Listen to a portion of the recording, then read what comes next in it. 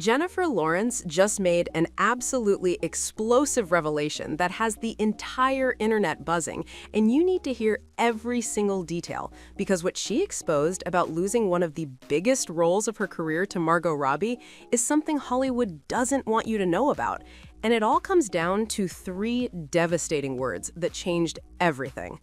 So Jennifer Lawrence, the Oscar-winning actress who conquered the Hunger Games franchise and became one of the most bankable stars in Hollywood, sat down on the Happy, Sad, Confused podcast with Josh Horowitz on January 12, 2026, and dropped a bombshell that nobody saw coming when she revealed that Quentin Tarantino actually wanted her for Once Upon a Time in Hollywood to play the iconic role of Sharon Tate. But then, something happened that cost her the role. And according to Jennifer, it was because everyone on the internet started saying she wasn't pretty enough to play Sharon Tate. And then, just like that, the role went to Margot Robbie instead. Now, before we dive into the brutal details, you need to understand who Sharon Tate actually was, because this isn't just about any random movie character. Sharon Tate was a real person, a stunning actress and model from the 1960s who became famous for films like Valley of the Dolls and The Fearless Vampire Killers. She married the controversial director Roman Polanski in 1968 and was living the Hollywood dream until tragedy struck in the most horrific way possible when, on August 9, 1969, Sharon Tate, who was 8.5 months pregnant, was brutally murdered along with 4 other people by members of Charles Manson's cult known as the Family in what became one of the most infamous crimes in American history. Her death shocked the world, and many believe it marked the end of the 1960s era of peace and love.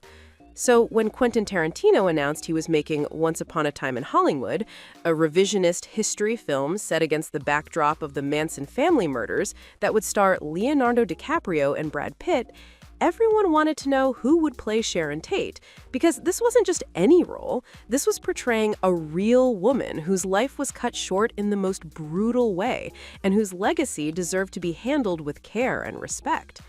Now, according to Jennifer Lawrence during her podcast appearance, Tarantino did want to work with her, and she was being considered for the Sharon Tate role. But then, the internet exploded with comments, and the backlash was brutal. Jennifer recalled that everybody started saying she's not pretty enough to play Sharon Tate, and then they didn't cast her. She admitted she's pretty sure this is what actually happened, or maybe she's been telling the story this way for so long that she believes it.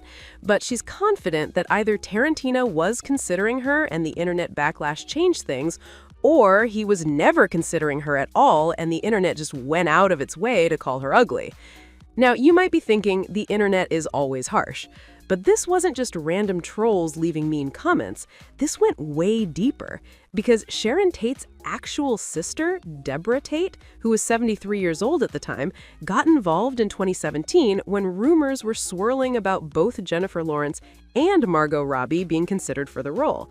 TMZ asked Debra directly who she would prefer to play her sister, and her response was absolutely savage. Debra said that both actresses are extremely accomplished, but her pick would be Margot simply because of her physical beauty and the way she carries herself, which is similar to Sharon. Then Debra continued and said something even more brutal. She said, "I don't think as much about Jennifer Lawrence. Not that I have anything against her, but she's just, I don't know, she's not pretty enough to play Sharon." That's a horrible thing to say, but, I have my standards. Imagine being Jennifer Lawrence and reading those words from the actual sister of the person you wanted to portray. Debra Tate literally said on the record that Jennifer wasn't pretty enough. And while she acknowledged it was horrible to say, she still said it anyway because she had standards.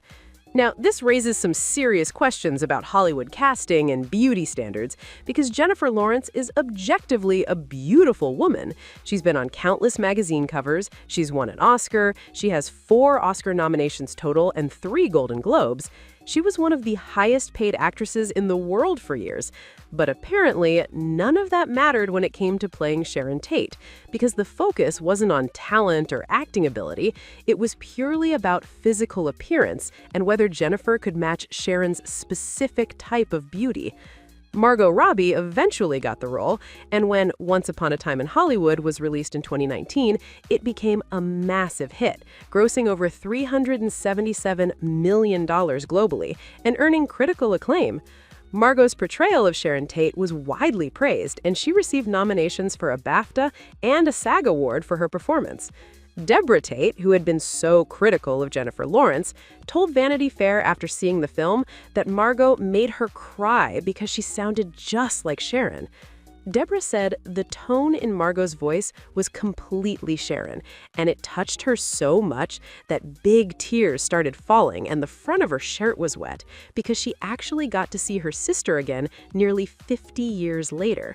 So Margot clearly delivered an incredible performance and honored Sharon's memory in a way that moved her family to tears. But here's what makes the story even more interesting.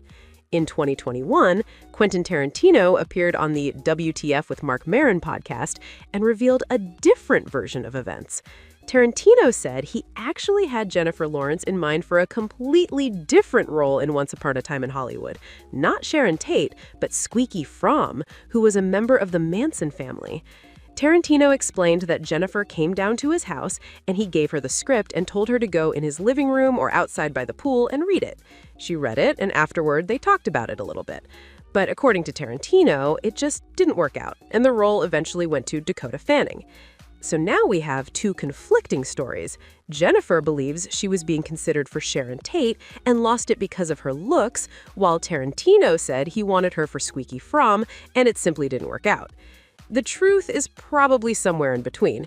It's possible that Jennifer was discussed for multiple roles, or that the internet backlash when her name was floated for Sharon Tate made Tarantino reconsider and shift her to a different character. What we know for certain is that Jennifer desperately wanted to work with Tarantino, and she has a history of missing out on his projects.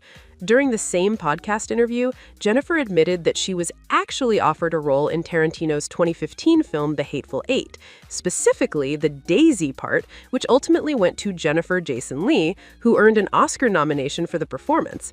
Jennifer said she turned it down and she should not have done that.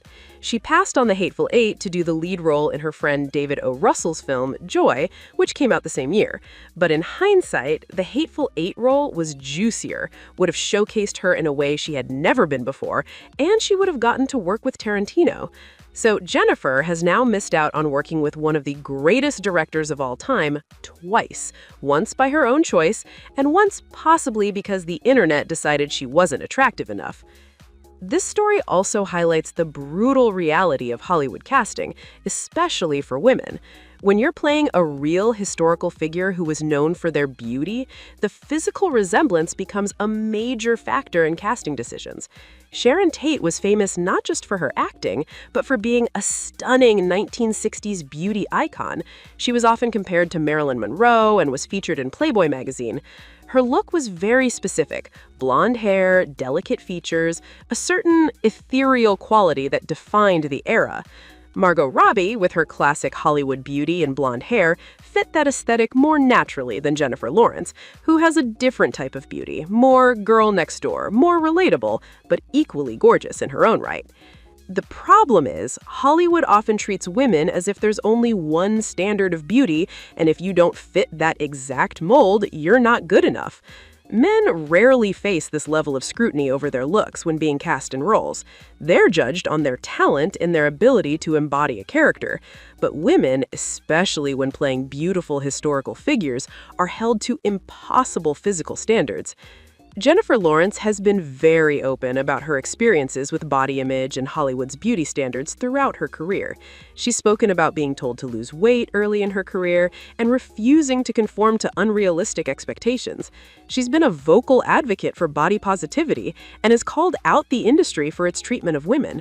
So for her to lose a role specifically because people thought she wasn't pretty enough to play Sharon Tate must have been incredibly painful, even if she jokes about it now.